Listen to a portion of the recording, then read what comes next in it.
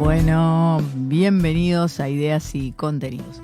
En este programa vamos a hablarte de derechos y no sabemos de qué más porque hemos perdido un integrante, Edelman. Diga algunas palabras usted. Buenos y maravillosos días para todos. Está muy frío en la ciudad de Montevideo. Estamos con 1 a 2 grados de temperatura, realmente muy frío, con 0 grados de mínima y 14 de máxima. No sé cuándo van a llegar los 14 de máxima, pero la verdad está helado. Así que a todos los que se están despertando recién, mantengan la naricita dentro de las sábanas porque hoy van a tener que salir más sobre el mediodía.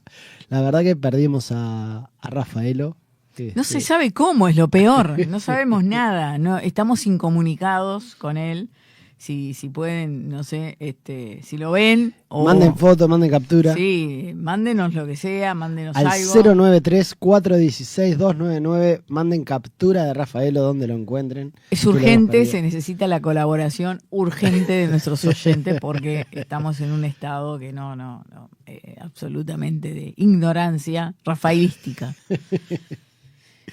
Edelman, ¿qué redes? ¿Cómo la gente puede contactar? ¿Qué cosa hay para decirles? Y si nos contactan al 093-416-299, dejando su nombre y 3 últimos dígitos de cédula, participan de un premio que tiene Deli for Life todos los meses en el último sábado de cada mes. Dicho sea de paso, hoy es el día en el que va a haber este premio. Y como la doctora no se va a querer llevar su sucracero porque hoy les toca.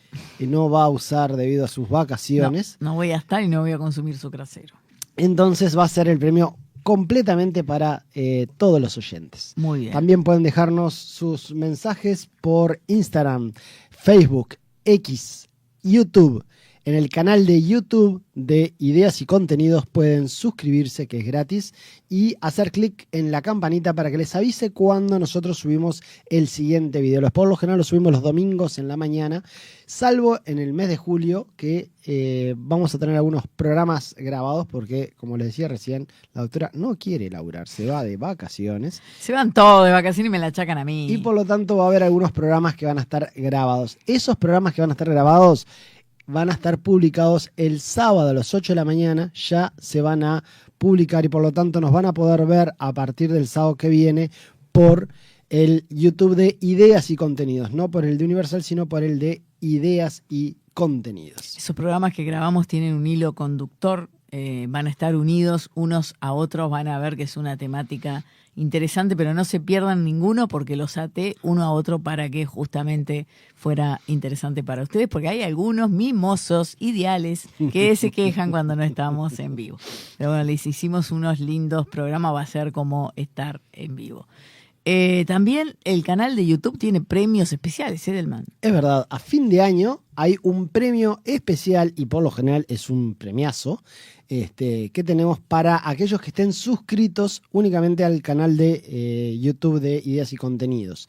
O sea que es un premio especial y que han sido premios muy interesantes en el pasado, así que este año no va a ser la excepción y va a haber un super premio para los que estén suscritos a Ideas y Contenidos. Muy bien. ¿Qué tenés para hoy? Hoy vamos a hablar con el psicólogo Alejandro de Barbieri sobre temas de entorno laboral en la empresa. Mire usted, viene un invitado. Exactamente. Bien, muy bien. Usted estaba comentando una noticia del Tribunal de Cuentas y una observación antes de... En realidad, más que de los organizaciones, es el tema. ¿Recuerda la estancia que compró? María Dolores. Colonización, exactamente. Una estancia que compró por $32,5 millones que, se pensaba armar toda una estructura lechera y demás. Lo que mucha gente no entendía era por qué una estancia tan cara, en el sentido de que era terrible estancia, de lo que tenía era lo mejor de esa estancia era el casco, o sea, las habitaciones, el lugar, o sea, no tanto la parte productiva, que es lo que uno tendría que buscar para el tema colonización. Uno tiene que ¿Cuándo se compró esto? En realidad lo que hubo fue una oferta entre privados, que lo que hicieron fue decir, compro y cada vez que los privados hacen una compra, tiene que pasar una estancia, tiene que pasar por colonización para ver si se la queda, si se la o queda no. o no. Exacto. Pero ¿recuerda cuándo fue esto? ¿El año pasado fue? No, fue este año, fue no hace mucho. Y colonización dijo, me la quedo. La verdad que sorprendió a todo el mundo justamente por lo cara que era el metro cuadrado, o sea, la hectárea, digamos, el valor de la hectárea era extremadamente caro, principalmente por la estancia, de lo que era el casco de la estancia. Y bueno, y hubo una cantidad de objeciones o observaciones, digamos, puestas por el Tribunal de Cuentas, y ahora Colonización no confirmó, no reiteró el gasto de la compra, y porque en realidad se necesitan los votos de 4 o 5 creo que es, para obtener y se tenía solamente 3 de los votos. Pero hay algunas observaciones que son interesantes. A ver. Por ejemplo, Que es una compra directa, o sea, la primera observación es, al tratarse de una compra directa, la ley de colonización exige 4 de 5 votos conforme y solamente votaron 3. Sí, eso es lo primero que había dicho. Pero lo siguiente es que a eso se suma que hay una prenda sobre el sistema de riego que tiene un valor aproximado de 3 millones y no se establecen los compromisos pactados sobre si el precio total comprende o no el sistema de riego. Y eso genera una discusión y una dificultad. Esta información la estamos obteniendo de Montevideo Portal, que da esa noticia. Y dicen acá en Montevideo Portal, esto quiere decir que además de ser una compra absolutamente inconveniente y sin un solo bosquejo de presupuesto o plan, es ilegal. Los dineros públicos no son un antojo. Esto no es un capricho. Para hacer cumplir la ley, los administradores debemos cumplirla en primer lugar. Y totalmente cierto. Sí. Hay que tener mucho cuidado cuando se habla de fondos públicos. Eso que dijo usted de que no hay dinero es porque en realidad no hay disponibilidad presupuestal. Cuando el instituto compró, no tenía el dinero suficiente como para hacer un desembolso de esas características. El monto que se desembolsa supera el presupuesto anual del Instituto de Colonización, dice Montevideo Portal. O sea que dijeron, sí, compro. Frenaron la compra entre privados para... Me parece por más eso, que lo que querían es eso, lo que acaba de decir, frenar la compra, ¿no? Jorobar a alguien. Después ese otro privado dice, ya está, o sea, se frenó, me voy, compro otra estancia. Sí. Entonces, realmente, yo lo que estoy notando es una falta de responsabilidad al tomar este tipo de decisiones, ¿no? A mí me parece que en estos tiempos tendría que reverse bastante el Instituto de Colonización, ¿no? Reverse la ley y reverse, o sea, es histórico de otro momento. A ver, el instrumento es bueno, realmente el instrumento es bueno, está bien pensado. Lo que pasa es que el problema que hay es el uso que se le da al instrumento, que no es el adecuado. Si tú me decís, a ver, vamos a agarrar una tierra, vamos a ponerla entre varios colonos, vamos a usarla, aprovecharla y demás. Pero la verdad que yo lo que noto es que hace muchos años que se hace un abuso muy grande de este instrumento para colonos que en realidad no son tan colonos. Pero por eso, a ver, esto tiene un fin benéfico prácticamente, un fin de ayuda a personas que lo necesitan. Correcto. Que necesitan un espacio para trabajar la tierra y un modo de vivir.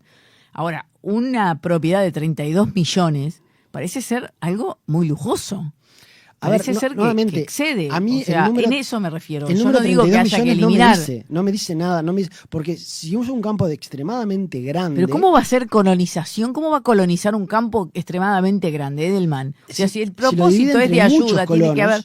Bueno, pero eso es absurdo. ¿Cómo para un campo de esa naturaleza va a haber tantos colonos? A mí lo que me dice si es mucho o poco es el valor de la hectárea. O sea, ¿cuánto vale la hectárea? Yo creo que el tamaño tiene que ver. Usted no puede meterse para colonizar, para ese propósito humilde de ayuda, de emprendimiento, para comenzar un despropósito de esta naturaleza. Bueno, depende si lo que quiere es una chacra, tipo un tambo, si lo que quiere es pero no es lo que quiere. Si el propósito es ayuda, es como que digamos, bueno, vamos a ayudar a la gente que no tiene propiedades, como es el Ministerio de Vivienda o como se hacen cooperativas, y en lugar de hacer esas cooperativas humildes que arrancan, digan, no, vamos a comprar en Caelux un piso de 5 millones.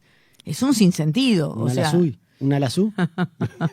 Ese fue grande, Esa fue una cooperativa grande. Y bueno, pero esto, o sea, está bien colonización como ayuda y como emprendimiento y como dar un empuje y como algo, pero tendría que tener un tope monetario y un tope de tamaño de tierra también, porque si no es un despropósito. Bajo, escondido, la ayuda y la colonización está escondido en realidad otra cosa. No, eso es lo que estoy diciendo. O sea, Bueno, se pero está dando si un no mal se uso. limita, está diciendo, pero por otro lado dice que estos grandes tamaños le parece bien. No, Pero acá porque no hay en gente, realidad- hay que ser coherente. Porque es en tema de cuáles son los criterios que se utilizan. O sea, para mí no es importante.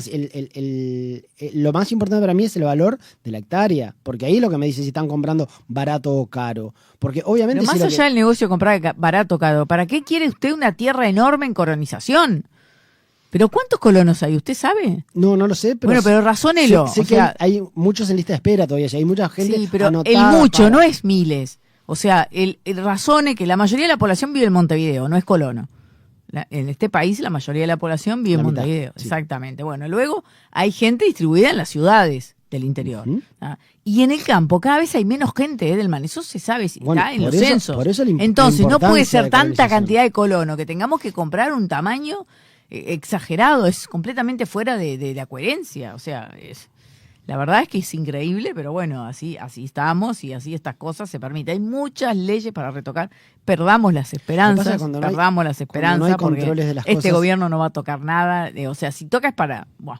Yo veo que pasa en muchos lados que no hay controles y al no haber controles es lo que sucede. Mire lo que pasó con el fondo de vivienda, que se siguen, allá hay 3 imputados y hay una solicitud de una persona más para imputar. Perdóneme, pero lo tengo que interrumpir porque ha aparecido Rafaelo. No me diga, Eh, lo encontraron. no sé, me manda como que los programas... Como él grabó, me manda la fecha de los programas, claro, Como que, él grabó que programa, grabamos. claro. Pero por otro lado me dice que estuvo hasta las 7:40 en la esquina. Y bueno, Rafaelo, llegué 7:42, yo qué sé. Me tiene que esperar y si no llamarme. Bueno, lo invitamos a que venga.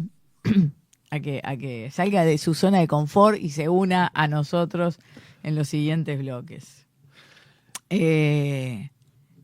No, le estaba contando los controles que para mí deberían de haber. Y hay lugares donde los controles realmente es difíciles de lograr. Esto en el tema del Zunca, del Fondo de Vivienda.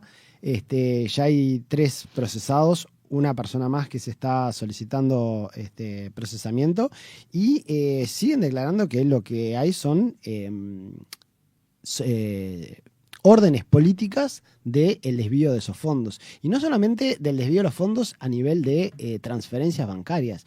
Aparentemente la mayor parte, o sea, mucha plata del fondo de vivienda se manejaba en efectivo y por lo tanto se le cobraba a las empresas en efectivo, se tomaba ese dinero en efectivo, se usaba ese efectivo para tener autos que se usaban para las campañas políticas, para todo lo que es campaña política, mover gente, llevar, ponerle combustible. Incluso el propio presidente tenía un vehículo a su disposición para todo lo que era político, pagado por el Fondo de Vivienda. O sea, se desvirtúan el objetivo que tiene este tipo de fines sociales, que nuevamente estoy muy de acuerdo en que haya un fondo de vivienda para los trabajadores, todo lo demás, pero cuando lo maneja el sistema político de esta manera y se toman órdenes, la verdad es, bueno, por algo está la justicia actuando, ¿no? O sea, lo que hay es una malversación de fondos, se le está dando un uso que no es el correcto y eso lleva a que la justicia tenga que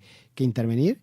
Pero no es todo así en la vida, no podemos andar haciendo lo que se quiera y usando de careta este tipo de fondos y cosas, y que tenemos todos los gremios son una careta para hacer una escuela política y para poder juntar plata para poder hacer campaña política. No es ese el objetivo y por el cual la gente que se suscribe a un gremio aporta al gremio, no es ese el objetivo.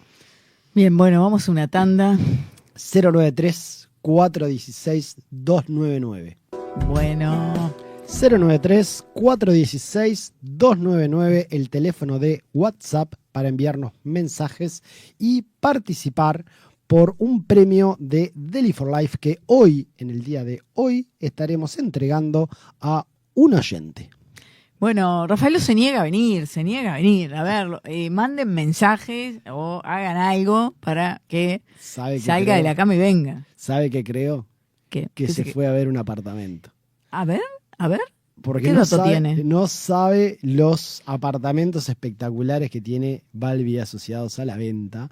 Por ejemplo, este apartamento en Barrio La Comercial, que le queda cerca a Rafaelo, que puede haberse ido hasta ahí, que es un apartamento de 2 dormitorios, un baño, cocina independiente, living amplio, que está con una vista espectacular también, y que solamente lo tienen por $139.000. Pero, como ganga, como así tipo... Si usted quiere, le gusta y está juntando, está ahorrando para comprarse su apartamento, para ser propietario y quiere dejar de pagar alquiler, con $79.000 que haya juntado, ya pasa a ser el propietario de ese apartamento y el resto lo paga en cuotas, en unidades reajustables, unos 26.500 pesos aproximadamente por mes, y es como seguir pagando el alquiler, pero para usted, o sea, Sí. pasa a ser propietario. Si le queda chico y quiere algo más grande, mire, 3 dormitorios, 2 baños, cocina espaciosa, living muy luminoso. Es una propiedad espectacular por $185.000 que tiene Balbi Asociados también. Y si encima lo que quiere es más espacio, algo mucho más grande, mire este apartamento frente a la Intendencia. Un apartamento pues para todos los gustos, ¿no? Frente a la Intendencia, con 4 dormitorios, 2 baños, una cocina muy amplia, un living comedor enorme, realmente enorme, que Balbi Asociados tiene a $185.000 con una vista espectacular a la Intendencia de Montevideo. Así que hagan como Rafaelo y llamen al 092-258-251. 092-258-251 de Balbi y Asociados. Si no llegaron a anotar el número, escríbanos al WhatsApp de la radio y nosotros les pasamos el contacto. Pero si mencionan ideas y contenidos, ¿qué sucede, su doctora? Tienen un descuento en la comisión de Balbi Asociados. Es ganga por todo, por donde por lo donde lo mire. Por donde lo mire. Bueno, vamos a arrancar con el tema consejos de salarios. Esto es una cosa que a veces da que hablar, da confusión, sobre todo porque los consejos de salarios tienen un montón de grupos que ahora vamos a ir viendo y vamos a ir separando cosa por cosa y más o menos orientando a la gente en reglas generales cómo es y cómo funciona. ¿Qué son los consejos de salarios? Son la unión de empresas y trabajadores que dispone ciertos límites y ciertas variables y ciertas condiciones para el trabajo en ese grupo, o sea, en ese grupo de la industria, en ese grupo del comercio, y ahora vamos a ver la cantidad de grupos que hay. Pero, por ejemplo, sector restaurantes, bueno, se juntan los trabajadores, quien representa a los trabajadores, no el sindicato, se junta quien representa a ese grupo de empresas y el Ministerio de Trabajo a su vez también tiene su opinión y conforma lo que es un acta y en esa acta se hacen las disposiciones para todo lo que es ese trabajo. Lo principal que se pacta es el tema del salario mínimo, o sea, cuánto es el mínimo que ese sector debe ganar. También se pacta cuánto debe ganar por categoría, es decir, un mozo, un cajero, un limpiador, un cocinero, cuánto debe ganar en cada categoría. Esto conforma lo que vienen a ser los laudos, ¿no? Que muchas veces la gente mira mal, mira un laudo y es otro, y dice a mí me corresponde ganar tanto, pero la empresa no está por ahí en ese grupo que usted cree, porque hay algunos grupos que son discutibles si corresponde en uno o corresponde en otro, ¿no? Entonces, primariamente es eso, y tienen que saber además que las disposiciones que fija va mucho más allá de lo que es el mínimo de jornal o de sueldo que debe ganar los trabajadores de esa área o de ese grupo. Se pactan cosas acá fundamentales y una de las cosas que siempre se pactan y es importante hacerlas cumplir es que no se va a entrar en conflicto de huelga, ¿no? Que se va a evitar ese conflicto y se va a cambiar por la negociación. hay veces en que esto no se cumple. Además hay etapas para decir se debe cumplir o no se debe cumplir. Si el incumplimiento al Consejo de Salario, al acuerdo, al laudo, es muy grande, bueno, entonces por ahí se puede llegar a ir un conflicto. Pero cuando usted dice se pacta que no va a haber conflicto, es exclusivamente por el tema salario. No, se pacta que en ese grupo se van a evitar los conflictos, que se va a ir a la negociación. Si no hay mayonesa, se va a negociación igualmente, aunque... Bueno, ese tema de la mayonesa es completamente absurdo. La verdad que, bueno, así pasó, ¿no? La empresa no está en el país y todos los trabajadores despedidos. O sea que... Pero ahí había consejos salarios, bueno, había gremio, sí, había pero, acuerdos laudados, usted escucha firmados. las cosas completamente, dije, se va a evitar el conflicto, pero si el incumplimiento llega a un punto en que las negociaciones no dan más, se puede ir al conflicto. Acá el incumplimiento fue que faltaba mayonesa. Sí, es absurdo, por eso digo, el ejemplo que está poniendo, por suerte, no es la regla. O sea, tenemos que tener claro en estos temas y en la vida lo que es la regla y lo que no es la regla. No podemos vivir bajo una excepción. Bien. Lo que es una excepción es una excepción. Entonces, no. Ahora, si todos los trabajadores van a pagar porque un grupo de trabajadores hicieron conflicto por la mayonesa, no es justo. Entonces, no podemos estar poniendo eso como base de decir, bueno, está, hacen un consejo de salario y después van a un conflicto con la mayonesa. Lo que pasó ahí, mírenlo, porque así fue el resultado. Entonces, si van a ir a conflictos por pavadas, probablemente terminen como terminaron ellos. Lo que pasa es que acá hay una cosa básica de entendimiento que cierto sector de la política siempre ha querido llevar como agua para su molino mal manejado. Porque siempre hay un sector, que lo voy a decir claramente, la izquierda, ha puesto como el empresario malo y el trabajador bueno. El empresario cuco y el trabajador abusado. Y esto no es así. Entonces, si nosotros ponemos esa cuestión como una cuestión de tapa de carpeta, siempre el empresario es malo, podemos enfrentar cosas como la de esta naturaleza, ¿no? Porque ¿por qué alguien se va a tratar de malo si no lo es? ¿A usted le gusta que lo traten de malo? ¿A la persona que está escuchando que le pongan un encorsetamiento de que es determinada cosa que no lo es? Y si lo es, se lo merecerá. Pero acá la izquierda ha tratado de enfrentar continuamente a la empresa y los trabajadores, cuando no debería de ser así. Las cosas funcionan cuando todos tiramos para adelante. ¿Que han habido empresarios que han abusado? Sí, pero para eso está la normativa, para eso están los juicios, para eso está todo lo que está. Entonces, si está todo lo que está, tenés un montón de protección, ¿por qué seguís exponiendo eso de esa manera? ¿Por qué seguís tratando de que siempre dejar visto como que el empresario siempre es un abusador, siempre es un incumplidor, siempre es el malo de la película? El empresario te da el trabajo que llevas todos los días a tu casa. Hay veces en que se olvidan de eso y yo me pregunto si no hubiera grandes emprendimientos, si no hubiera empresas, chicos y grandes, porque el chico también da trabajo. ¿Cómo creen que funcionaría esto? ¿A lo Cuba? ¿Funciona bien Cuba? ¿Llevás la comida a tu mesa? O sea, piensen las cosas antes de salir con una bandera absurda, más allá de la postura política que quieran tomar, ¿no? Pero digo, las realidades de las situaciones. Piensen las cosas. O sea, no agarren una bandera y salgan como locos a decir lo mismo que dice alguien que simplemente los está manipulando y en realidad no le importa su fuente de trabajo. Llámese PIT-CNT, llámese algunos candidatos de izquierda, algunos políticos candidatos, ya no sé, ya pasó. Pero es la realidad, o sea, uno escucha continuamente eso, creando esa división, así como tratan de crear la división societaria también, en la sociedad, de ricos y pobres, burgueses, todos esos dichos que dicen, ¿no? Que son discriminatorios para todos nosotros, para todos, no para la clase alta o la clase baja, para todos, porque que nos encasillen y nos pongan los unos y los otros, nos están separando, nos están haciendo perder oportunidades que no las buscamos. Esta semana pasada escuché bastante la palabra que los aumentos de impuestos los tienen que pagar los ricos. Sí, una cosa de loco que ya O'Donnell dijo que no. Pero bueno, ya eso es un encasillamiento, ya eso es una cosa, ya paga más, o sea, de por sí paga más, o sea, es una cosa que, bueno, se tienen que simplemente dar cuenta. O sea, lo que dice un político hay que pensarlo, hay que trasladarlo a tu vida. Hay que también, ¿sabes qué? Un buen ejercicio, ponerte del otro lado. Esto para las dos partes, para el empresario y para el trabajador. El empresario también se tiene que poner del otro lado y muchas veces ver si, bueno, a mí yo si estuviera en esa posición, ¿qué me gustaría?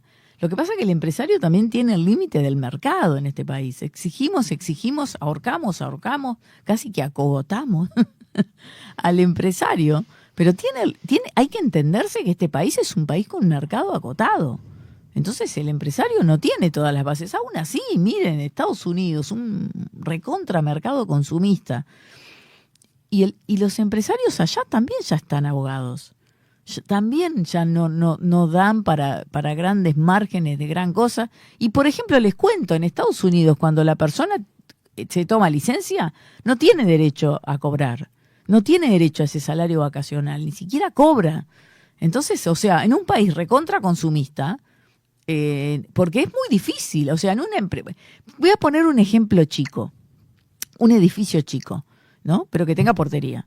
Cada vez que un portero para que lo visualicen cómo es la cosa en el gasto de la licencia, porque eso afecta al bolsillo de ustedes.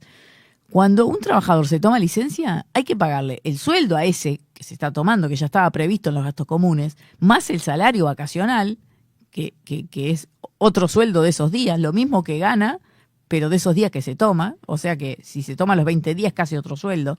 Y hay que pagarle al suplente, y hay que pagar las leyes sociales, porque no está enfermo. O sea, las leyes sociales del que se tomó licencia la tenés que pagar. Pero además las leyes sociales del que tomaste para cubrirlo.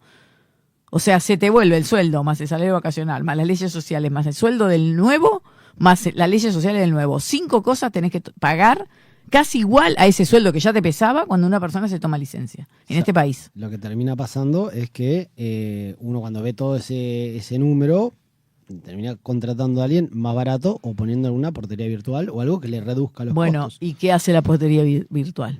Quita empleo. Claro. ¿Pero a qué nos lleva? A esto. Bueno, en Estados Unidos no se paga eso. La persona para tener sus vacaciones tiene que ahorrar. Entonces, ¿qué es mejor? ¿Pagar un sueldo mayor y que la persona ahorre y eso lo distribuiste en el año? ¿O toda esta carga que nos imponen a nosotros? O sea, desde los dos puntos de vista. En realidad, en Uruguay, como hace tantos años que ya se paga todo este tipo de cosas, el aguinaldo, que es otro sueldo adicional, el salario vacacional, todo eso ya se paga. Lo que termina pasando es que ya los sueldos han bajado para contemplar eso, porque para una empresa, o sea, las empresas tienen contadores, tienen gente que sabe sacar números, sabe sacar cuentas, y el sueldo de una persona no es el líquido que a uno le pagan, no es lo que uno percibe. El sueldo para la empresa es el nominal más el aguinaldo más el salario vacacional más todas las cargas sociales que tiene esa persona. Ese es el costo para la empresa. Por lo tanto, después dicen, no, pero yo aspiro a un sueldo mayor. Y hay empresas que pueden pagarlo y hay empresas que no pueden pagarlo porque ya tienen en cuenta todo ese tipo de costos. O sea que a la larga, todos los beneficios que se adicionan, después terminan reduciendo el sueldo base, que como usted bien dice ahora, con los consejos salarios se establece un mínimo. Y yo lo que estoy viendo en muchos casos es que se contrata siempre por laudo. O sea, es decir, se va al valor mínimo de contratación, sí. Porque ya se sabe que si no, no dan los números. No, obviamente. Es un disparate. Por eso le puse el ejemplo en un edificio, porque todo eso viene cargado de los gastos comunes y lo pagan ustedes. Porque ¿qué pasa?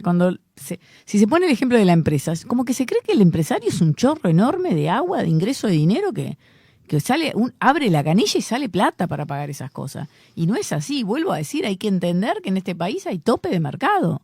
Sí, hay tope de mercado. O sea, la empresa no tiene cómo generar más para pagar más. No tiene cómo. Muchas veces se confunde el ingreso que puede llegar a tener la empresa, que a veces puede llegar a tener ingresos muy grandes, con lo que es la ganancia que puede tener la empresa, ¿no? Porque de esos ingresos hay que pagar los bienes o servicios que se prestan, hay que pagar todos los gastos, hay que pagar los salarios, hay que pagar todo, y lo que queda al final es pequeño. Y hay que recordar que en Uruguay una empresa normal, sobre esa ganancia que obtuvo, tiene que pagar un 25% de renta, más un 7% de dividendos cuando se retira la plata. O sea, cuando uno quiere acordar, al empresario no le quedó nada. Sí, es tal cual. Y bueno, y así ahorcan. Estamos en un récord de concordatos. Sí.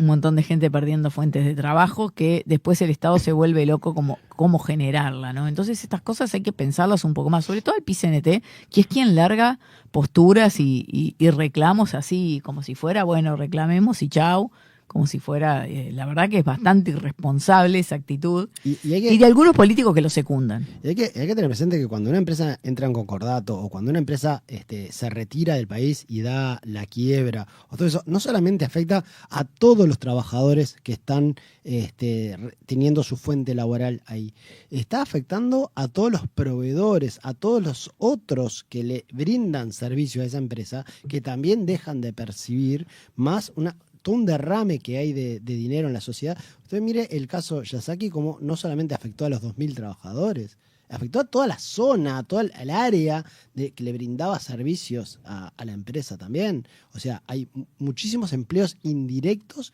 que se pierden cuando una empresa se retira del país y bueno, y de la misma forma se afectan los otros proveedores cuando una empresa va a concurso. Entonces, hay que tener mucho cuidado con esto del tema de los costos. Que Sí, decía sí, tal cual. Bueno, ¿cómo funciona? Bueno, lo dije básicamente cuando recién empecé a hablar del tema. Se hace una reunión, con los empresarios, eso que se llama la tripartita, la bipartita.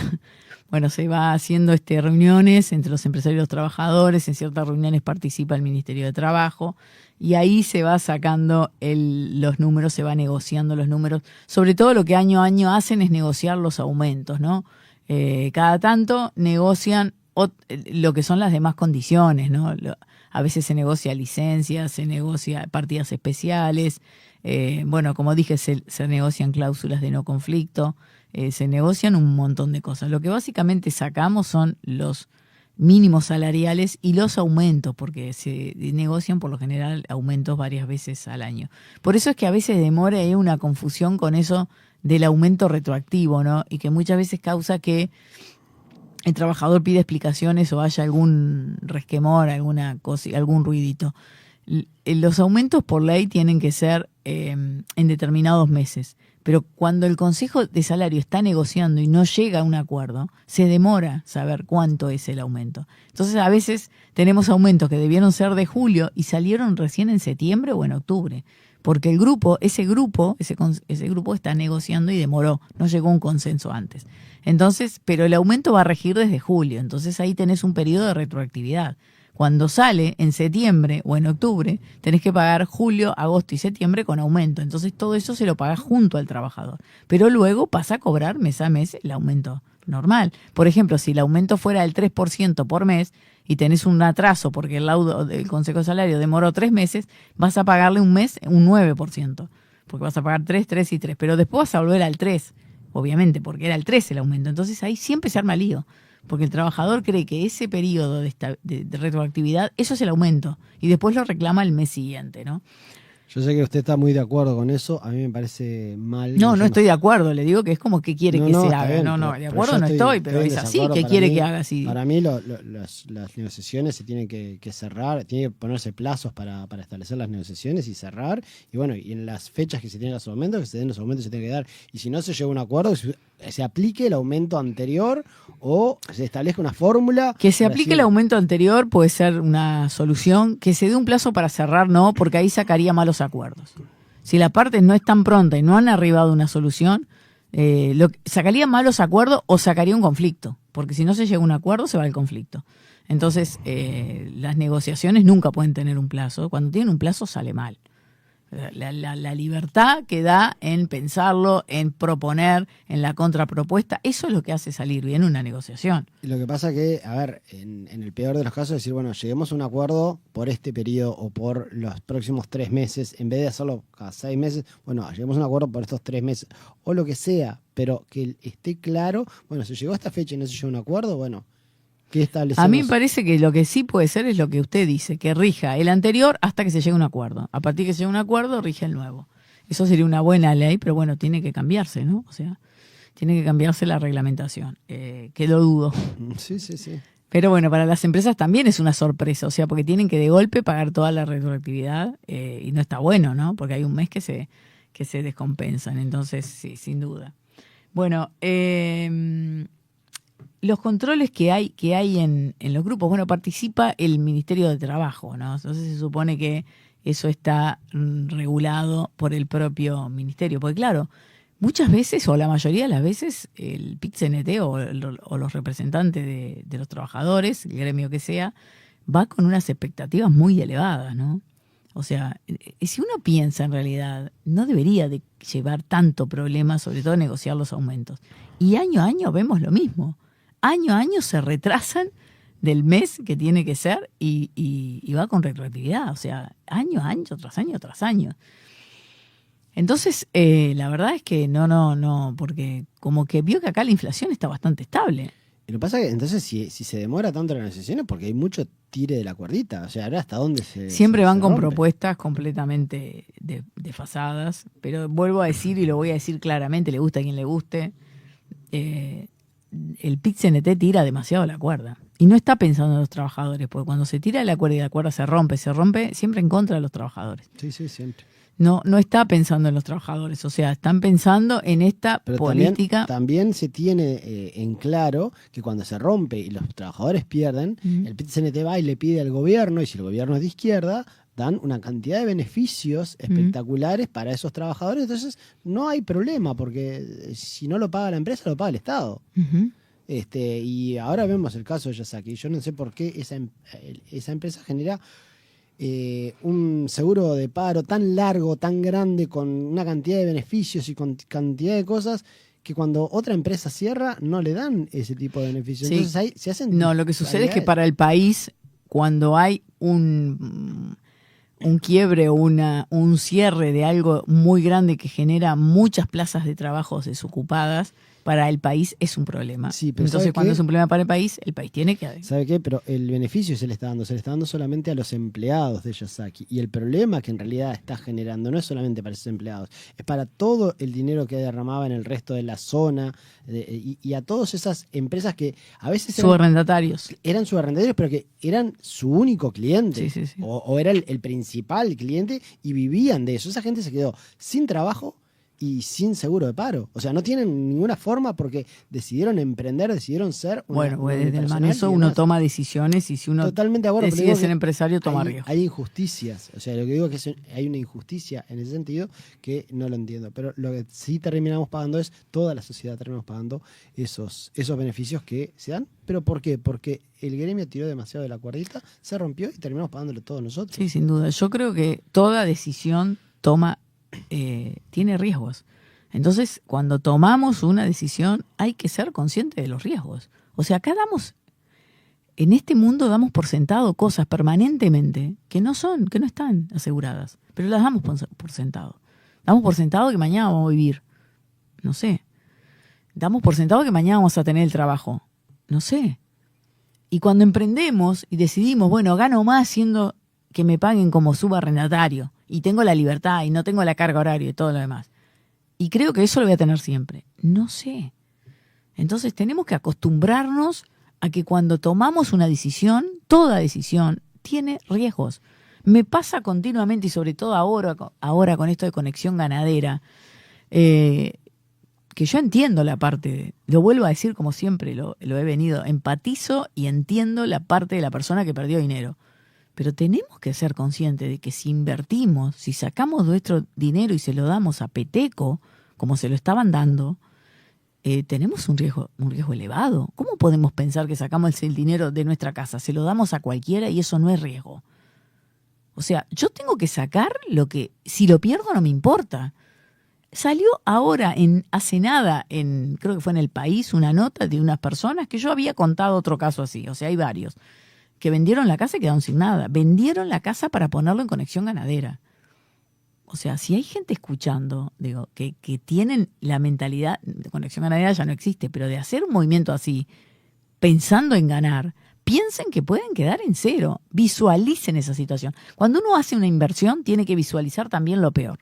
Y ahí decidir. Porque ese es el monto que van a poder invertir. El monto que cuando visualicen lo peor, no les importe. Ese es el monto que tienen que sacar a la calle. Ese es el monto que le tienen que dar a Peteco. Ese es el monto que tienen que poner donde quiera. El otro no. El que les importa, el que es vital para su vida, el que los puede enfermar si los pierden. No.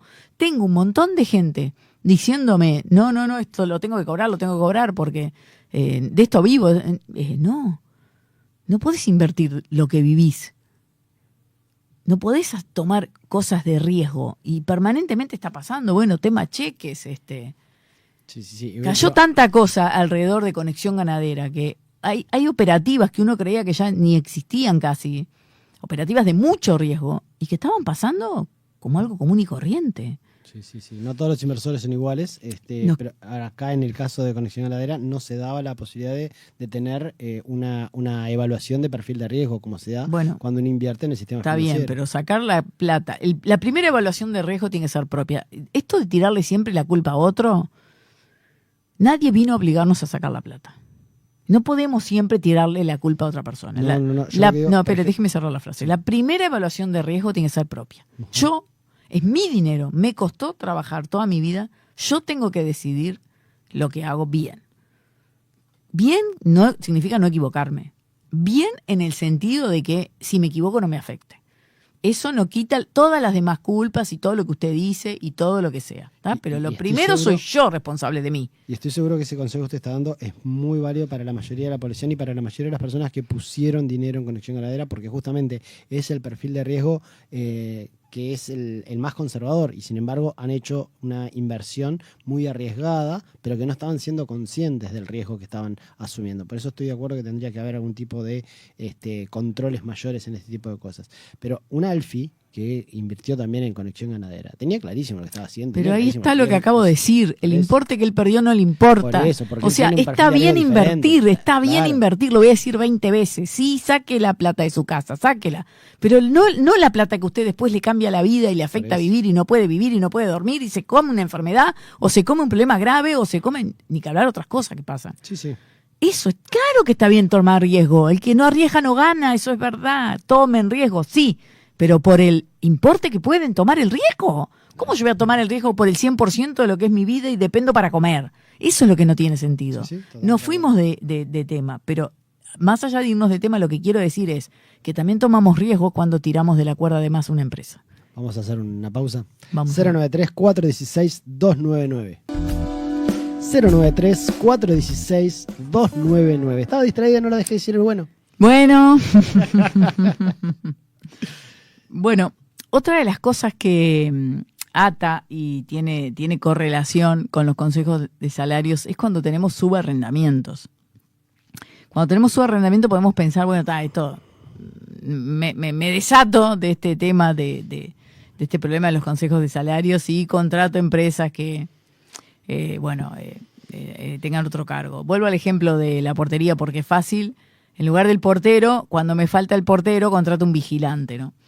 Bueno, cuidado que la ley dispone que quien da el servicio de subarrendamiento debe igualarle el sueldo a quien toma el servicio. O sea, esto en la práctica muchas veces no se da, pero después cuando vamos en los juicios reclaman eso y lo reclaman 5 años para atrás, que es el plazo de prescripción, ¿no? Es decir que cuando contratamos una empresa que nos dé el mismo servicio que dan nuestros empleados, esa empresa, para darnos ese servicio, le tiene que pagar a ese empleado lo mismo que ganan los nuestros. O sea, el mismo nivel del laudo, ¿no? Por eso puse el ejemplo de la portería, porque la portería y el vigilante son montos distintos. El vigilante es mucho más barato, porque el vigilante en teoría no hace las cosas de un portero, ¿no? ¿Y se le tiene que pagar como si fuera portero? Se tiene que equiparar al monto porque para evitar contratar a menos monto. Porque para que no te saques tus empleados de arriba, la mitad de tus empleados de arriba y contrates otra mitad a menos precio. Supuestamente está para eso. Pero bueno, así funciona y bueno, hay que tener cuidado, un poco observar eso porque si no... O sea que las empresas no tienen forma de bajar sus costos. O sea, si en algún momento necesitan reducir costos... Yo no sé si lo bajan a los costos porque cuando usted tiene un subarrendamiento también tiene el gasto de la empresa que está contratando. Sí, pero o sea, lo mismo sería si uno decide, quiero sacar a un empleado y poner uno más barato, no puede hacerlo. No, si baja el laudo, no. No digo por debajo del laudo, digo, o sea, si uno está cobrando el doble del laudo y dice, No, esas son situaciones particulares que eso no hay ningún problema. O sea, si usted tiene pila de veces en la empresa, se hace vaciamiento de gente con antigüedad que gana mucho y se toma gente nueva que no va a tener eso. Eso es una particularidad. Entonces cuando se subcontrata, o sea, cuando se subcontrata, lo que tienen el cuidado es que no se abarate, que no trate la empresa de abaratar mediante la mano de obra barata, perjudicando a ir sacando empleados y tener una mano de obra barata de otra manera. En la práctica, no sé, se mira por un costado. En los juicios muchas veces se reclama esa diferencia. Yo no entiendo eso de tener leyes que todo el mundo sabe que no se van a No poder pasa, cumplir. si no diga todo el mundo. Las leyes en este país se cumplen. Este país es un país con apego a la ley. A la gente le importa la ley. Y bueno, pero ahí está el tema. Una ley, ¿cómo se hace cumplir? ¿Qué cree usted? ¿Que va a salir el presidente con un látigo y le va a dar a la gente que no la cumpla? La forma de hacer cumplir es la separación de poderes. La ley la hace un poder, la hace cumplir otro. Es así. Sí, pero cuando se hay que mirar para el costado es porque la ley no está bien. No, esa es una apreciación suya. En todo país pasa que... ¿Usted cree que esto no pasa en otro país? Pasa absolutamente en todos, hasta en los más apegados, como es Estados Unidos. En Estados Unidos, la gente que viaja para trabajar y hay alguien que lo contrata en negro, ¿qué es eso? ¿Vio que enseguida... No, pero yo no bueno. O sea, ¿y qué quiere? Y el control migratorio está, y Trump es sumamente duro. Sin embargo, yo hasta la semana pasada escuché a alguien, por ejemplo, que se fue a trabajar a Estados Unidos, sin visa, sin nada, obviamente. Y eso es lo mismo. O sea, una vez que la situación se encuentra, el apego a la ley son dos cosas. Que la población tenga en cuenta la ley y le importe, que en este país... Más allá de que haya alguna cosa que pueda filtrarse, a la población le importa la ley. Esta es una población consciente de la ley. Y la segunda cosa, que el país tenga un modo efectivo de hacer cumplir esas leyes. ¿Pero qué es efectivo? No es estar todo el tiempo en la calle, como me nombran. Bueno, los perros se hacen caca y no lo levante. ¿Qué quiere? ¿Que usted cuando va a salir a pasear al perro haya un inspector al lado suyo? Hay cosas que son imposibles de cumplir, imposibles de controlar en todas partes del mundo, no solo acá. Porque hay mucha gente que se pasa mirando acá, pero cuando uno viaja ve estas realidades en todos lados. Bueno, tenemos también el famoso descuelgue, ¿no? Que habrán escuchado hablar recién en la administración de la calle, porque hasta la administración anterior la palabra descuelgue no se mencionaba. ¿Qué es el descuelgue? Claro, exacto, ¿qué es el descuelgue? Por eso no se mencionaba, porque igual no se puede usar. El descuelgue es que, ¿qué pasa? Los grupos están por actividad, por sector, ¿no? Como dije, sector hotelería, sector restaurante, sector obras, sector profesionales, bueno, no sé, sectores de determinados. Después los vamos a leer si da el tiempo.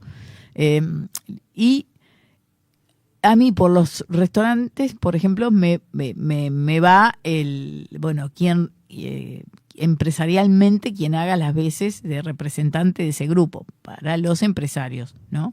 Para el trabajador es fácil porque es el sindicato.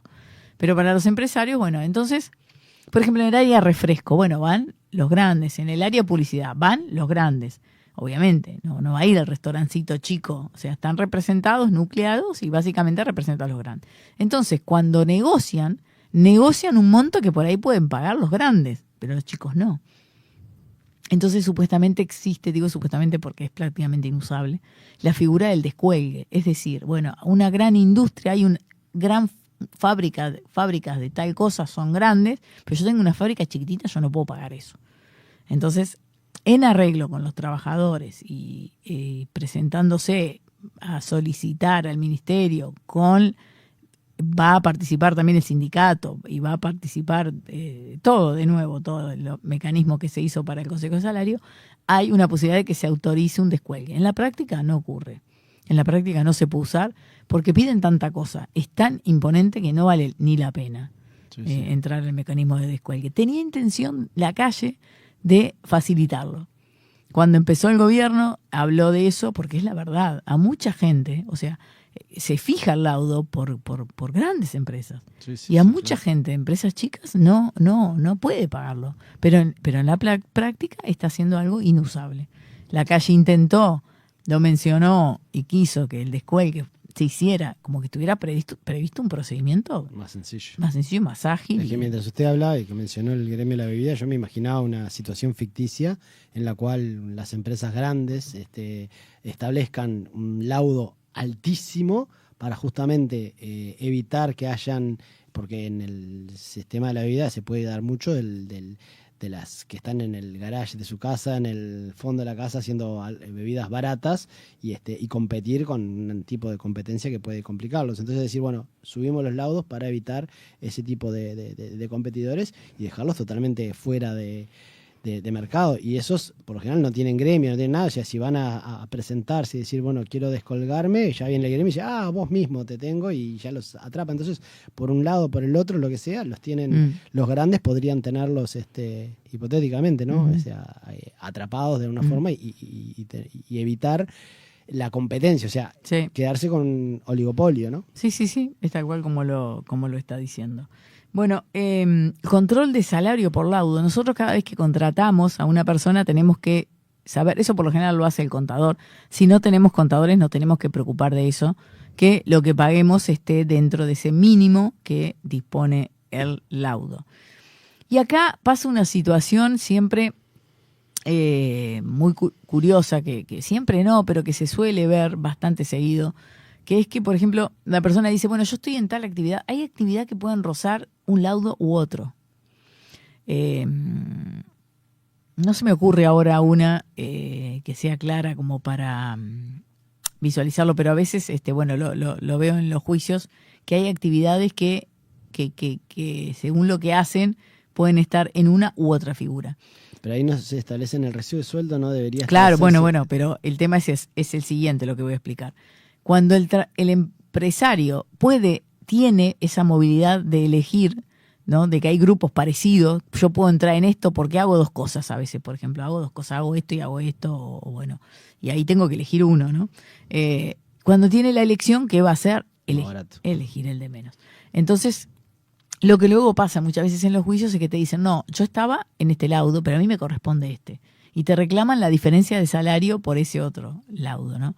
Entonces ahí cuando se hace esa elección hay que tener cuidado cuál se elige y si vale la pena, si tengo una actividad mucho más en otro grupo y elijo la que tengo menos porque es más barato, después me puede salir caro porque, vuelvo a decir, se puede reclamar 5 años para atrás. Incluso si es la mayor parte de la actividad es en una, pero eventualmente está la otra, también le pueden reclamar. Pues, claro, obvio, pero bueno, es un riesgo. Es un riesgo y es un poco la trampita que hay, ¿no? O irse siempre al 19 residual cuando por ahí entras en otro grupo. Ese 19 residual es uno de los grupos más laxos porque no está apuntado a nadie, es el residual, es para todo. El que no esté en cualquier otro grupo va al 19. Entonces es uno de los grupos más cómodos, porque no tiene demasiado control, no tiene demasiado relato, es de los más baratos. Entonces hay mucha gente que lo trata de hacer calzar en el 19 sí o sí.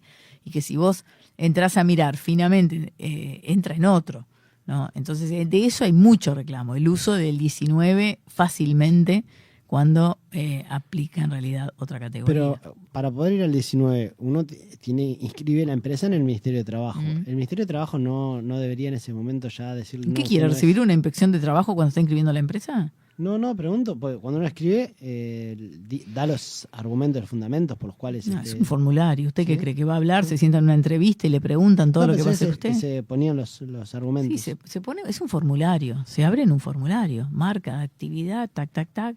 Y bueno, y ahí actividad se pone una genérica. Pues hay cosas muy genéricas que abarcan mucha cosa. Claro. Entonces se pone ahí y listo, entra en el 19. El tema es después cuando hacen las denuncias o cuando recibe los juicios, ¿no? Entonces hay que tener cuidado cuando se hace eso, pensarlo mejor y realmente a los contadores que realmente asesoren. El contador entró hoy porque claro, hay mucho trabajo contable, porque bueno, se precisa mucha cosa, ¿no? Entonces yo noto que entró como en un automatismo y que a veces no se pone a mirar, bueno, conviene esto, conviene aquello, va en lo automático. O el cliente le pide una cosa y no le dice, no, mirá que esto es un riesgo, mirá que esto. Va en automático a lo que le pide. Y a los contadores, bueno, que es bueno pararse y asesorar. A las empresas, que es bueno, si pueden, que manejen la parte de asesoramiento con estudios que le den más un paquete, ¿no? Que tenga la mirada del abogado y tenga la mirada del contador. Porque el contador le dice a usted, métase en este grupo, usted paga, y después el abogado es el que ve qué pasa cuando le reclaman una diferencia y cómo terminan los juicios. Pero generalmente ese asesoramiento usted no lo tiene. Pero después cuando viene el juicio y tiene que pagar y tiene esas diferencias enormes, ahí se quiere matar. Claro. Entonces, muchos estudios, y en realidad es lo que debería de ser, es dar un asesoramiento integral que contenga la parte contable y la parte de abogado, el consejo de abogado, para ver el futuro de eso. Esto a futuro, ¿cuánto te desencadena? ¿Vale la pena? El abogado te va a asesorar bien, no te va a decir, no, metete en el más caro para no correr riesgo. Y justamente el abogado es el que busca que la persona tenga el menos perjuicio posible, ¿no? Yo he escuchado contadores que te dicen, o sea, mirá, por este lado vas a pagar menos impuestos, pero hablalo con el abogado porque fíjate que esto es para evitarte un problema. Exacto. He escuchado eso varias veces, y es como todo, o sea, usted tiene contadores buenos y contadores malos, como usted sabe que hay abogados buenos, claro, abogados malos, claro, o electricistas buenos y electricistas Sí, no es malos. nada con ninguna profesión, simplemente es que, bueno, a veces con los emprendimientos chicos o algo se tiende a, bueno, está en automatismo, esto es así, que sea lo de pagar menos y todo lo demás. Hay que analizarlo, a veces sí, a veces esa trampita se puede hacer, pero a veces lleva mucho riesgo, ¿no? Sí, y hablando de electricistas buenos y electricistas malos, le puedo decir de un electricista bueno que nos puede llegar a salvar la vida, a ver, que nos puede llevar a situaciones en las cuales no, o sea, uno en su casa corre riesgos también. O sea, puede tener una instalación eléctrica defectuosa en la empresa también. Ahora que habla de empresarios que corren riesgos, a veces no miramos todo lo que es la instalación eléctrica, el cableado, las máquinas, cuánto consume cada máquina. El cableado está adecuado para cada máquina.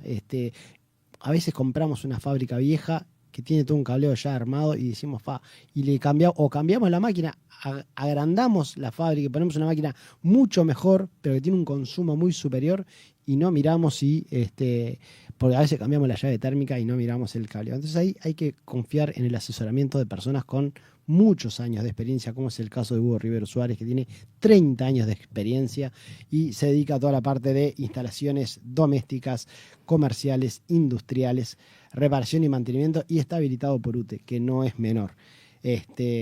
Y también puede ocuparse toda la parte de habilitaciones ante la Dirección Nacional de Bomberos. Hugo Rivero Suárez lo contactan al 097-519-816. 097-519-816. Bueno, vamos a una tanda y enseguida estamos de regreso con los grupos. Vamos a ir analizando los grupos y vamos a ver sobre todo el 19 residual, que mucha gente va ahí, qué es lo que plantea ese grupo y qué condiciones tiene. Vamos a una tanda. Bueno. 093-416-299, el número de WhatsApp para dejarnos sus mensajes, y si dejan nombre y 3 últimos dígitos de cédula, participan de un premio de Deli for Life que tiene para ustedes, que será entregado en el día de hoy. Bueno, vamos a ver los grupos, cuáles son, que bueno, son una cantidad importante.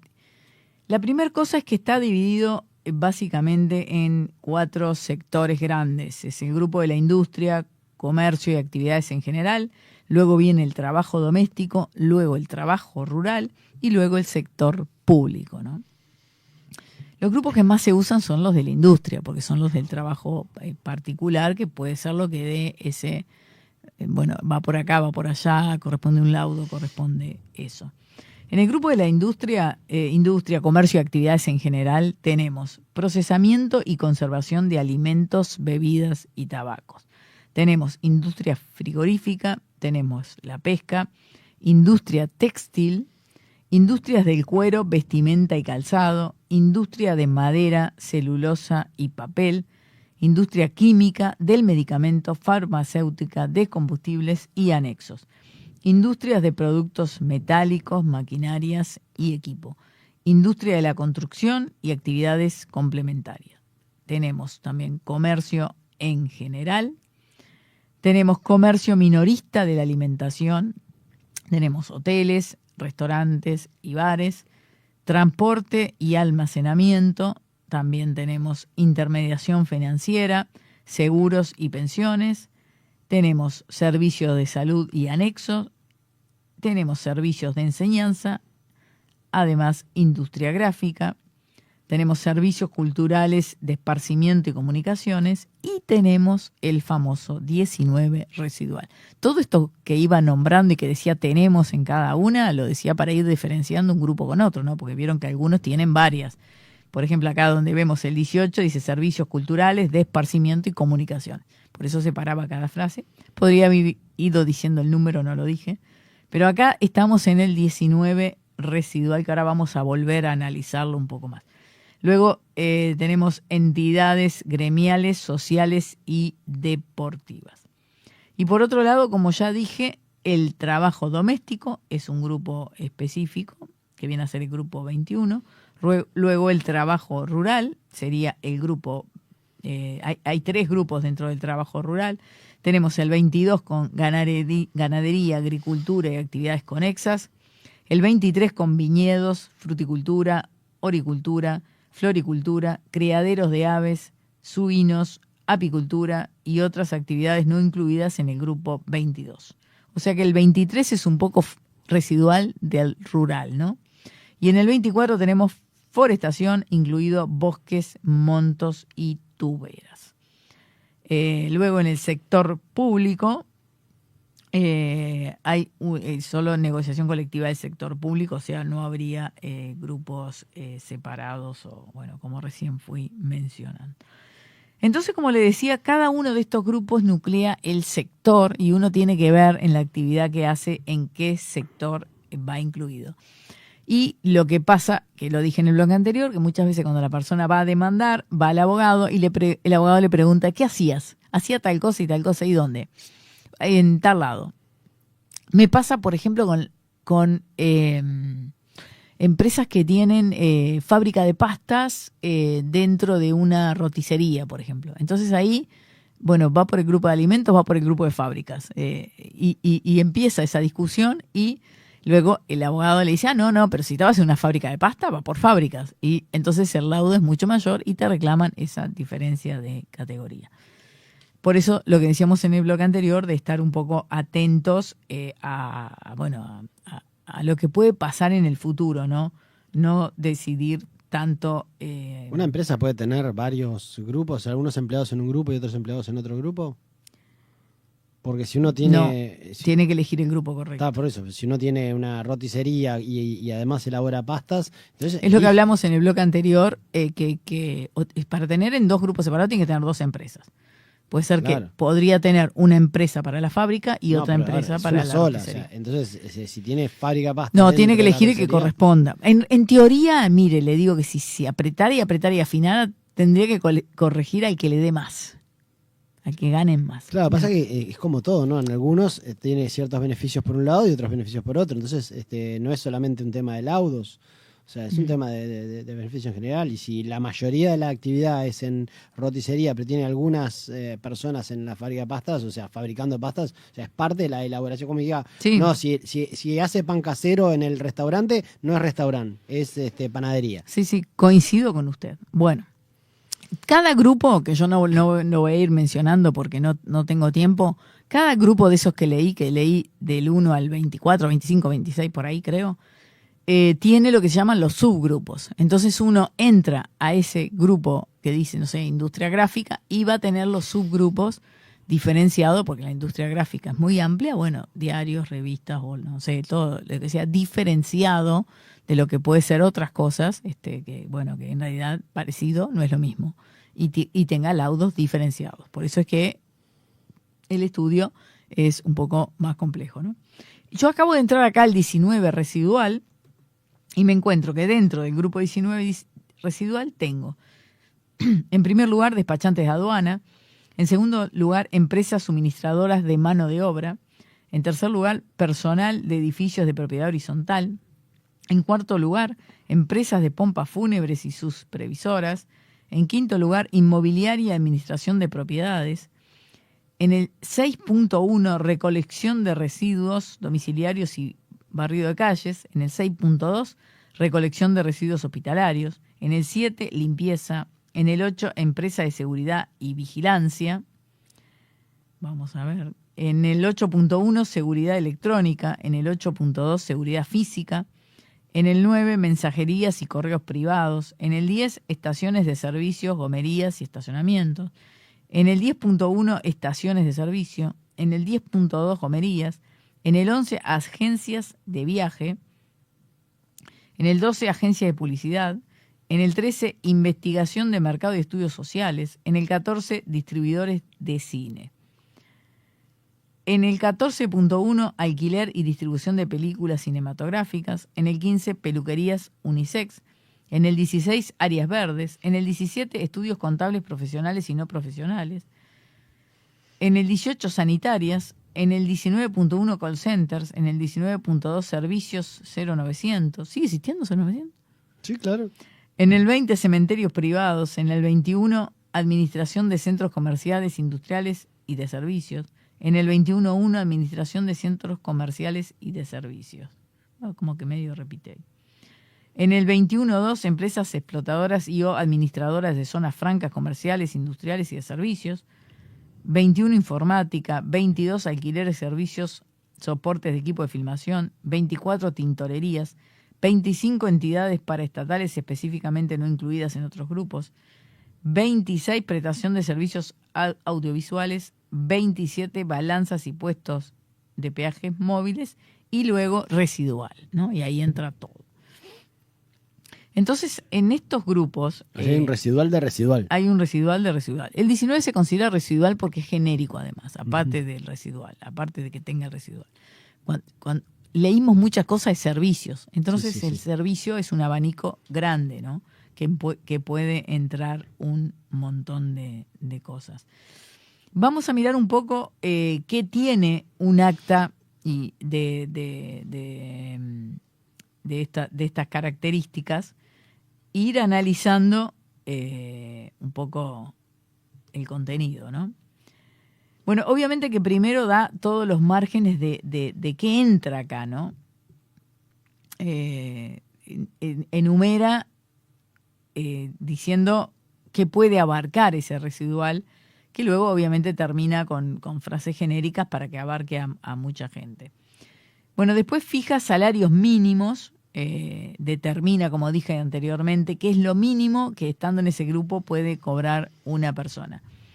Y determina el incremento salarial. En este caso, el residual, en la última acta que pinché, tenía un incremento salarial de 2.7% por concepto de proyección de inflación. Los salarios mínimos se fijan por categoría. Por ejemplo, en cualquier otro grupo va a haber, no sé, administrativo, encargado, jefe, subjefe. En grupos de obras hay peón, oficial, medio oficial, oficial albañil, oficial finalista. Bueno, todas las categorías generales que más o menos en ese sector exista, ¿no? Después, bueno, establece cláusulas genéricas, como es temas de licencias, de duración. Hay veces que hay grupos que tienen una licencia mayor a la licencia de los 20 días anuales. Hay grupos que pueden tener 23 días, 21. O se puede cambiar también cómo se computa el aumento de licencia. Se puede casi que convenir lo que se quiera convenir, ¿no? Y, beneficios, determinados beneficios. Si hay un beneficio, muchas veces se pone partidas extraordinarias, partidas de asistencia para premiar la asistencia perfecta, por ejemplo. Licencias especiales, puede aumentarse la licencia que se da por cualquier vía de estas licencias especiales que hay. Y por ejemplo hay una frase que siempre se pone en casi todos los convenios, que es esta equidad de género. Las empresas promoverán la equidad de género que hubieran sido acordados y que estén en los consejos de salarios anteriores, que no hubieran sido acordados por un plazo determinado de duración, siempre que no se contrapongan con las disposiciones del presente acuerdo. Entonces, se pacta violencia de género.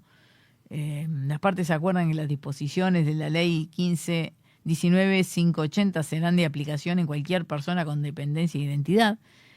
Después hay cláusulas de género y equidad. Y acá tengo la cláusula de paz, que les dije que va en todos los convenios, y se la voy a leer para que esté más precisamente.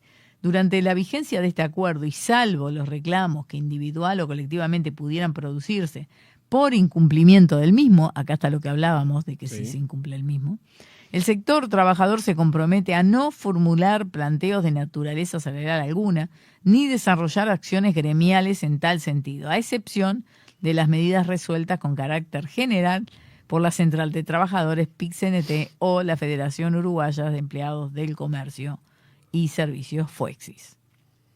Esta es una típica cláusula de paz que está en todos los convenios, pero que, como dice acá, bueno, si hay un conflicto, si hay algún incumplimiento... Pero por lo que yo leí, ya si interpreto bien, es por tema salarial únicamente. Bueno, pero ¿qué es? ¿Usted sabe el concepto de salarial?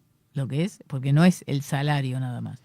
Concepto salarial abarca mucho, abarca todo lo que deba estar incluido anexo a ese salario, ¿no? Entonces, la cláusula de paz rige para todo. Pero si hay un incumplimiento, el conflicto va a existir igual. Lo que básicamente generalmente hace, esta está redactada muy genérica porque es un grupo genérico, pero muchas veces redacta que los pasos a seguir antes de desatar un conflicto o una huelga, los pasos a seguir de negociación, a veces hasta redacta los periodos de negociación, darse un margen, tiene que agotarse ciertas instancias para llegar al conflicto, que se ve mucho en los otros grupos más particulares, ¿no? Bueno, y acá hay otra cláusula aparte de la cláusula de paz, hay una cláusula de prevención de conflicto. Siendo voluntad de las partes prevenir los conflictos, se acuerda que previamente a la adopción de cualquier medida, tanto las empresas como los trabajadores buscarán la solución ajustándole a los siguientes pasos. Acá está lo que dije recién. Reunión entre las partes en el plazo de 24 horas. Si no tuvieran resultados, en un plazo subsiguiente de 48 horas se dará intervención al Consejo de Salario, quien actuará como órgano de mediación y conciliación. Para ello se deberán cumplir las siguientes instancias. Toda citación a las partes debe hacerse por intermedio de representantes del Ministerio de Trabajo, el Grupo 19, porque en este caso estamos leyendo el Grupo 19, debidamente comunicada a la Cámara Nacional de Comercios y Servicios y a FOEXIS. En la citación del Ministerio de Trabajo deberá establecerse un breve resumen de los hechos que motivaron el conflicto. Y bueno, y después sigue un montón de cláusulas más que son largas, ¿no? Pero da, como dije recién, días y pasos para llegar al conflicto. Este grupo tiene poca cosa pactada, no hay mucho para leerles, pero como les dije, hay grupos que tienen un montón de pautas dadas, ya sea para los conflictos o ya sea para otra cosa, ¿no? Se nos está acabando el tiempo y no quiero que se nos vaya el programa sin leer un mensaje de Guillermo. Quiero escuchar su opinión sobre lo que nos dice Guillermo. Dice: buenos días, personalmente creo que los consejos de salario son inconstitucionales. De hecho, la OIT tiene a Uruguay en la lista negra por tener un sistema de sindicato rígido. Sí. Eso dice... Si son inconstitucionales no me animaría a decir, estimo que no, porque la Corte no lo ha declarado inconstitucional. Ahora, lo que sí es que yo considero que no deberían de existir. Creo que encorseta, que limita a las personas de llegar a un acuerdo conveniente.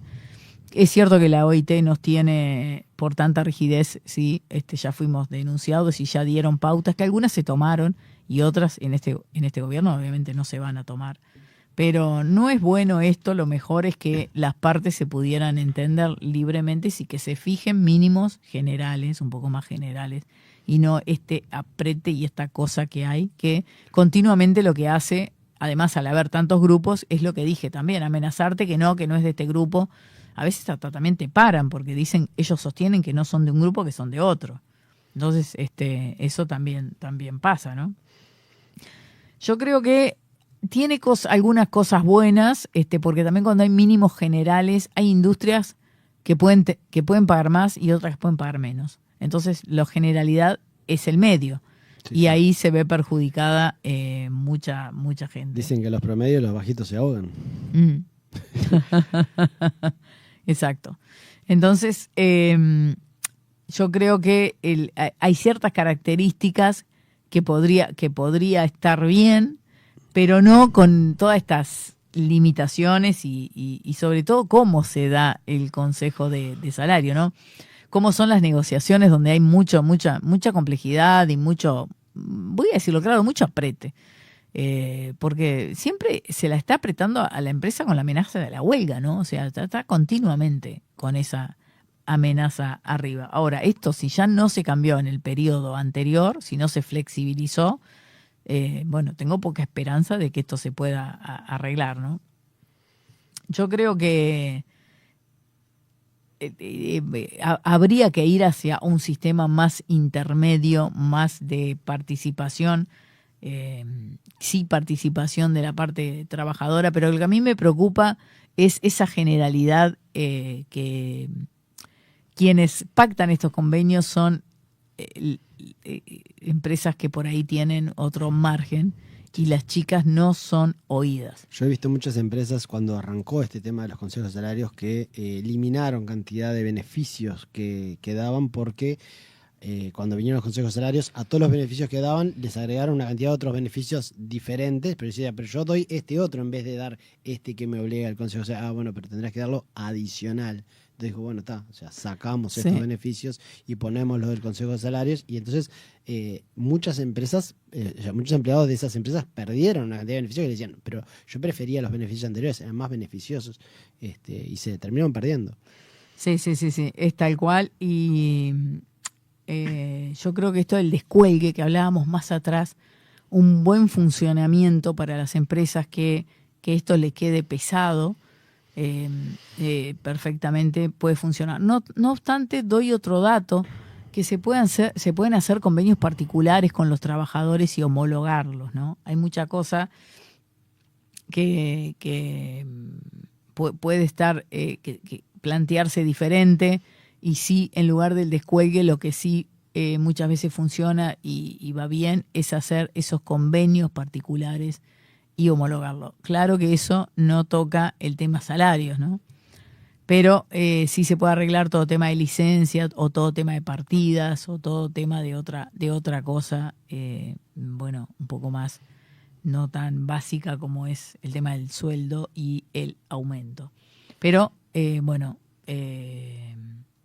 es bueno que hubiera alguien en la política, en algún gobierno con honestidad intelectual y se dé cuenta de que esto es un ahorque permanentemente y aparte es un desgaste, porque todo el tiempo hay que estar renegociando, todo el tiempo, se termina una y empieza otra, se termina una y empieza otra, y muchas veces no son en las mejores condiciones, ¿no? Porque hablábamos siempre toda una vida de la parte débil del trabajador. Yo creo que hoy la parte débil es la empresa, Sí. Porque está tan apretada, tan condicionada, tan amenazada, que no está dejando a los empresarios desarrollarse cómodamente.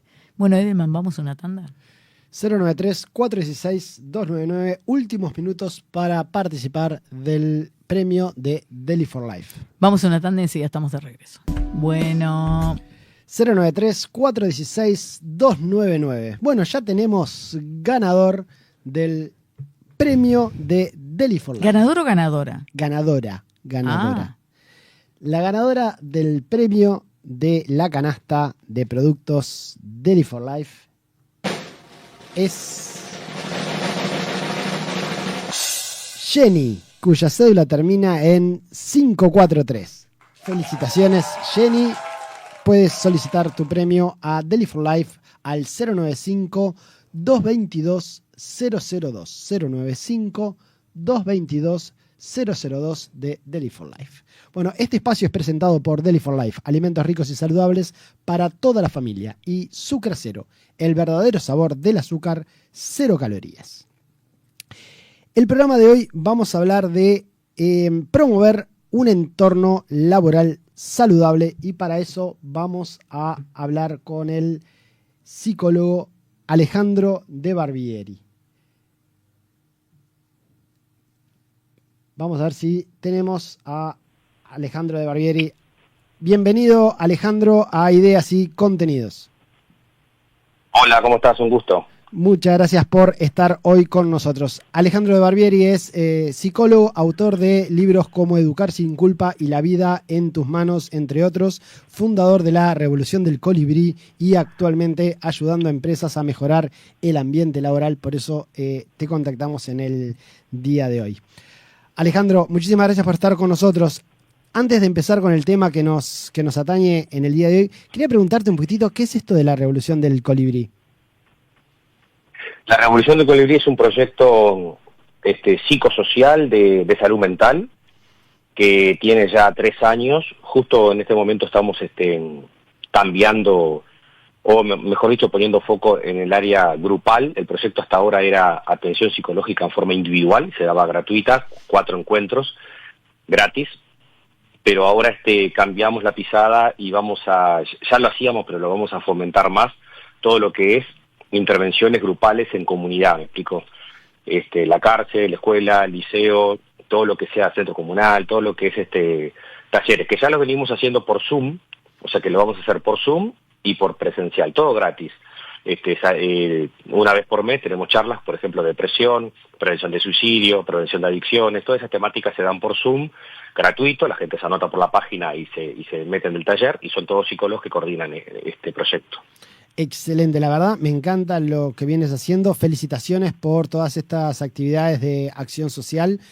Por lo tanto, ojalá que avance y siga teniendo el éxito que viene teniendo la etapa anterior y que tenga esta nueva etapa. Muchas gracias, muchas gracias.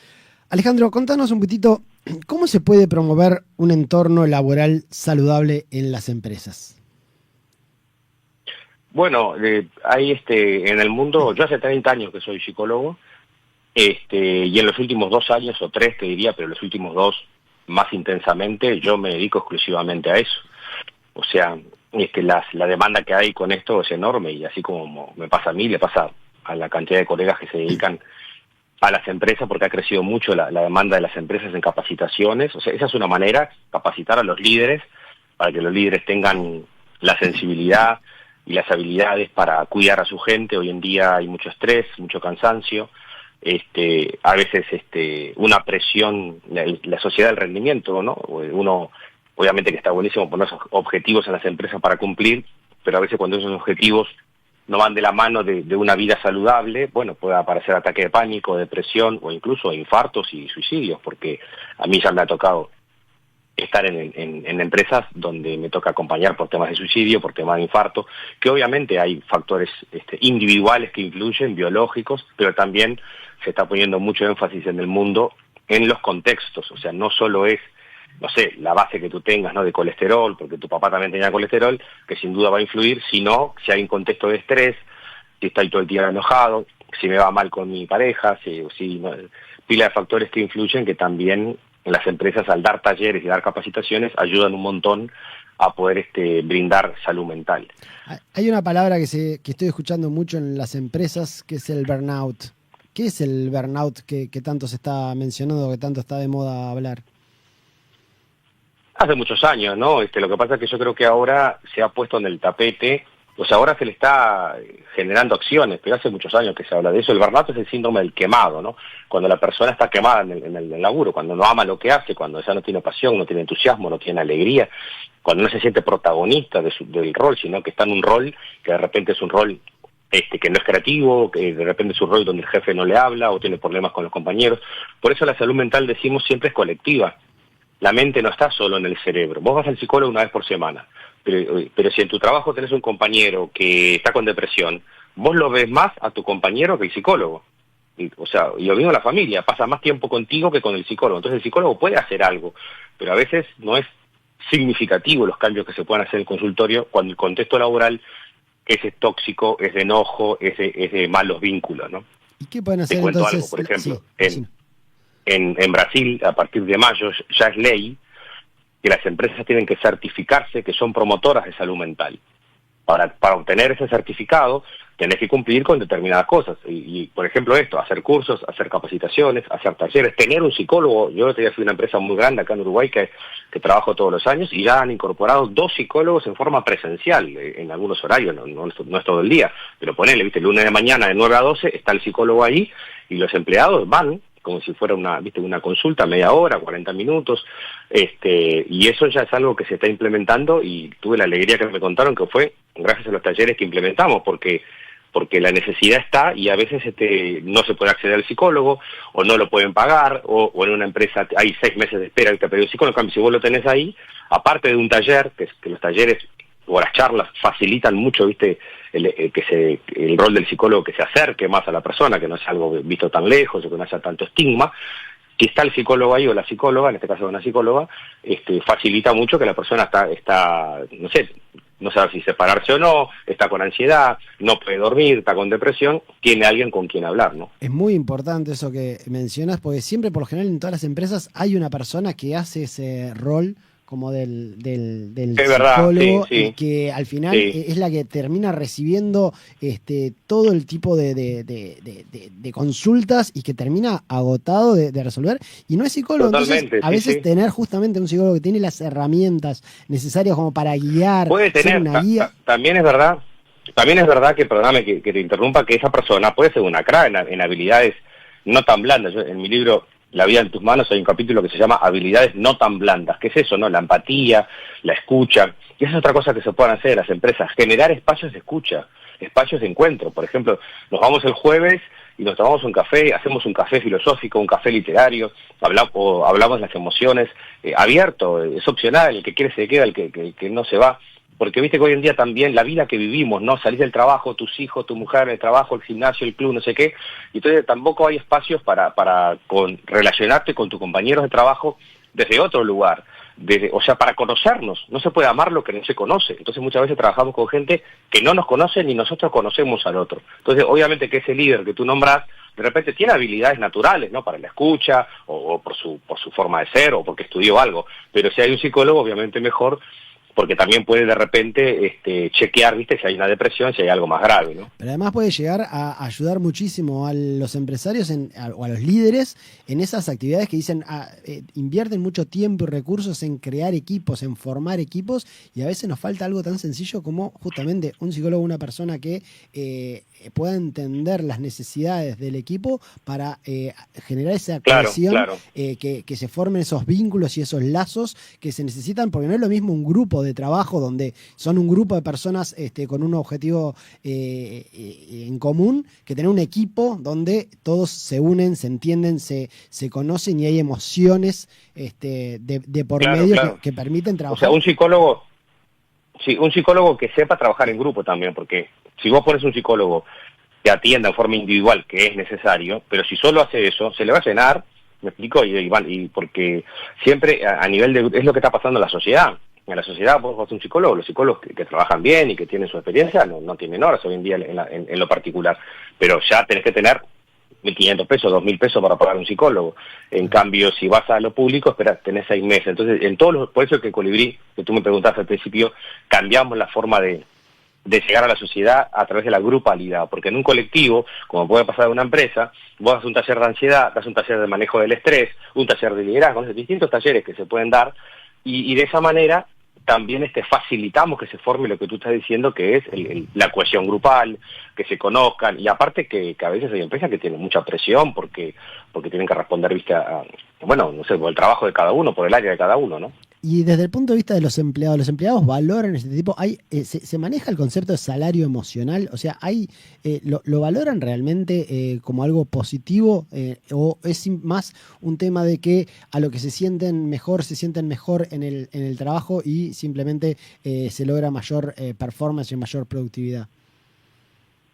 Bueno, eso es algo que se trabaja mucho, claro. O sea, yo te contaba al principio que yo no paro de recibir pedidos, o sea que pienso que eso tiene que ver con que lo valoran mucho tanto los empleados como los líderes, que también quizás después de la pandemia se hizo más popular la salud mental, ¿no? Se rompieron ciertos tabúes y también quizás la gente reclama más. Vos antes tenías gente que reclamaba, bueno, che, que me paguen con tica alimentación, que me den un voucher para ir al gimnasio, que también está bárbaro, que pueda ir al gimnasio, lo que sea, pero hoy en día la gente está reclamando esto, che, precisamos salud mental, precisamos a alguien que nos venga a hablar, porque tenemos un compañero que se suicidó, tenemos una compañera que está con ataque de pánico, tenemos un compañero que la mujer lo dejó y el tipo está con, no sé, con problemas de alcoholismo, con problemas de adicciones. Entonces, todas esas problemáticas que antes la empresa las trabajaba, pero de repente no de forma tan directa, hoy en día son muy importantes. Yo vi una empresa el otro día que un chico intentó suicidarse, por suerte no lo logró, pero generó una movilización muy grande en la empresa, de los compañeros que lo encontraron, los talleres de prevención de suicidio, las actividades para sostener al compañero cuando el compañero volvió a la empresa. O sea, va generando hoy en día hay una sensibilidad social, yo creo que muy grande con este tema, y eso está ayudando a que las empresas incorporen talleres, psicólogos, actividades que tengan que ver con la salud mental, ¿no?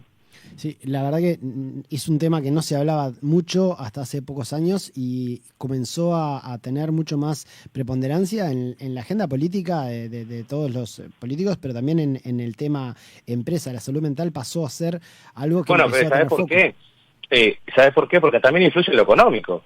O sea, no es solo lo emocional, que obviamente también influye en lo económico, porque vos ya tenés una semana de licencia, pero volvés quemado, me explico, 2 semanas de licencia, la gente pide, hay 3, el otro día lo vi en BPS, salió en el diario, las 3 razones porque la gente pide licencia: dolor de espalda, ansiedad y depresión.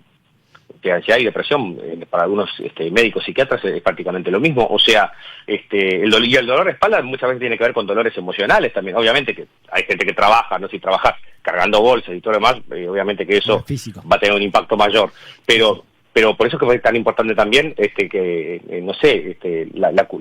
cultivo de tu cuerpo, el cultivo de la musculación. No sé, la gente viste que está en áreas donde tiene que tener un cuerpo que te responda y después, según las edades, donde ya tengo que ir pasando a otros trabajos porque ya no tengo un cuerpo que responda a esa exigencia. Entonces todo ese tipo de cosas hay que tenerlas en cuenta, sí.